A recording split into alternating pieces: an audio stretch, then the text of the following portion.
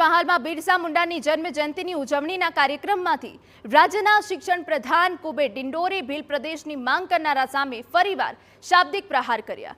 કુબેર ડિંડોરે કહ્યું કે ભીલ પ્રદેશની સ્થાપનાના ધારાસભ્ય ચેતર વસાવા સહિતના કેટલાક લોકો યુવાનોને ભ્રમિત કરે છે। અલગતાવાદ જાતિવાદ ફેલાવનારા લોકોની વાતમાં કોઈ તથ્ય છે ખરું તેવો પણ સવાલ કર્યો હતો।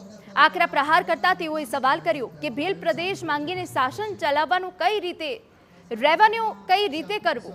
અમુક લોકો રાજનીતિમાં ટકી રહેવા માટે આ બધા પેંતરા કરી રહ્યા છે। ચેતર વસાવાને એ પાછા અહીંયા આયોજન કરીને એમ કે અહીંયા કેવડિયામાં રાજધાની બનાવીશું।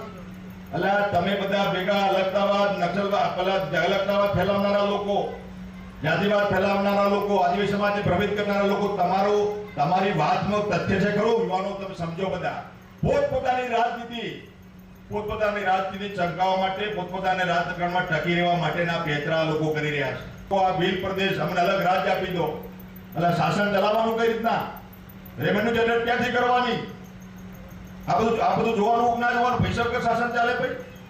આ બધી વ્યવસ્થા કરવાની 26 જેટલા વિભાગો ચાલે છે આપણા।